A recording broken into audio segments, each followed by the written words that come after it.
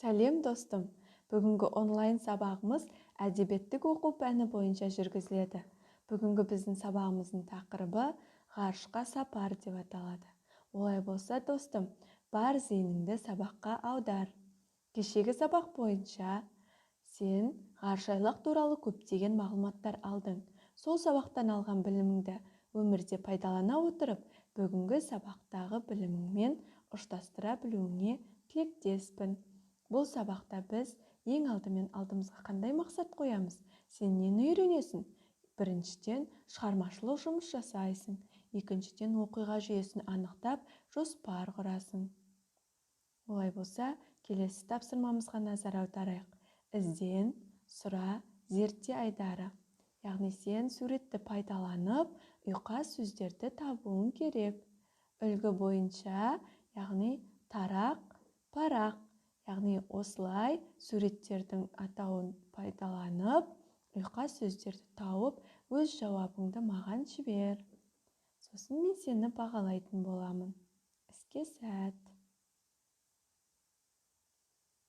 Келесі біздің айдарымыз сұрақ-жауап айдары. Бірінші сұрағымыз: ғарышқа ұшқан жануарлар туралы не білесің? Екінші сұрағымыз: ғарышқа тұңғыш ұшқан ғарышкер туралы білесің бе? Осы сұрақтарға жауабыңды маған жолда. Әрі қарай жалғастыратын болсақ, яғни біздің тұңғыш ғарышкерімізбен танысайық. Тұңғыш ғарышкердің өмірбаяны туралы деректерді мұқият тыңдап, өмірде қолдана біл. Юрий Алексеевич Гагарин 1961 жылы 12 сәуірде Восток ғарыш кемесімен Байқоңыр ғарыш алаңынан тарихта тұңғыш рет ғарышқа ұшқан ғарышкер. Ол жерді айналып ұшып 1 сағат 48 минуттан кейін жерге қайтып оралды. Бұдан кейін ол ұшқыш ғарышкер ретінде өзінің ұшу шеберлігін жетілдіріп, ғарышкерлерді үйретіп жаттықтыру ісіне тікелей араласты. Қазіргі таңда көп оқу орны, көше, алаңдар Юрий Гагариннің есімімен аталады. Есіңде сақта. Ал біздің келесі айдарымыз түсініп оқы айдары. Ол үшін, достым, ең алдымен осы суретке назар сала отырып, мәтін не туралы деп ойлайсың? Болжап көр. Жарайды, пікіріңмен келісемін. Олай болса, келесі айдарымыз түсініп оқы айдары. Олай болса, қолыңа оқулықты алып, менімен бірге ілесіп түсініп оқы.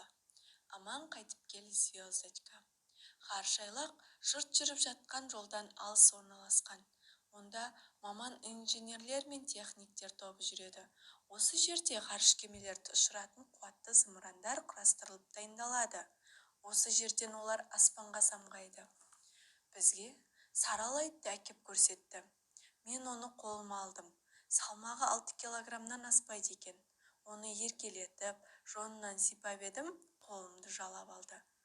Ол бала кезімде көп ойнаған біздің үйдің итінен айнымайды екен. Иттің атын сұрасам, оған әлі ат қойылмапты. Ғарышқа аты жоқ жолаушыны жіберуге бола ма? Болмайды ғой. Ат табуымыз керек болды.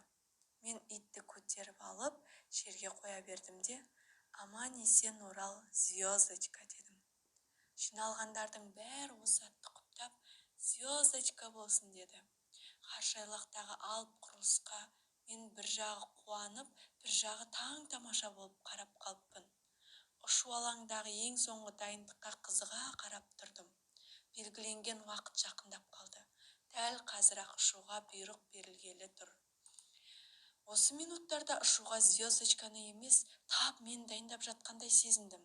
Бейне бір аспанға шырқап кеткен ғарыш кеменің ішінде отырғандаймын. Мүмкін адамдардың ішінен мен бірінші болып ұшармын да. Міне, ғарыш кеме ұшайын деді. Атқан оқтан да тез команда берілді. Қақпақтарынан жалыны бұрқырап, қозғалтқыштарының гүрсілдеген даусы сондай күшті. Көп сатылы зымыранның биік те ауыр корпусы старт алаңынан көтеріліп бара жатты. Зымыран бірер секундта жерден бөлініп шықты да, от жалынын шұбалтып көзден ғайып болды. Юрий, сені де біз осылай шығарып саламыз, деді жолдастарым маған. Күні бойы ойымнан осы көрініс кетпей қойды. Ғарыш кеме ғаламшарды айналып ұшып, белгіленген ауданға қайтып келді. Мамандар, биологтер мен дәрігерлер аман-есен ұшып келген звездочканы көріп, мәз-майрам болып жатыр. Ал мен жаңағы көргенімді ойлаумен жүрмін. Құлағымда старт кезінде естіген керемет гүрсіл тұр. Ал көз алдымнан зымыран қалдырған будақ-будақ түтін кетпейді. Бірақ мен бұдан қорыққаным жоқ, қайта бойымда шаттық кернеді. Жарайсың, достым. Бұл мәтінді оқи отырып, сенде қандай сезім пайда болды? Әрине, Юрий Гагариннің сезінген сезімін сен де сезіне алдың ба? Жарайсың. Олай болса, біздің келесі айдарымыз анықта айдары деп аталады. Біріншіден, нені анықтаймыз? Ғарышайлықта қай мамандық иелері жұмыс істейді? Екіншіден, автор ғарыш кеменің ұшу сәтін қалай сипаттады? Үшіншіден, Юрий Гагариннің көңіл күйі қалай өзгерді? Осы 3 сұрақты анықтап, маған аудиожазба ретінде жолда. Келесі біздің айдарымыз құрастыр айдары деп аталады. Яғни оқыған мәтіннің жоспарын ретімен орналастырып, дәптерге жазып, маған суретке түсіріп жібер.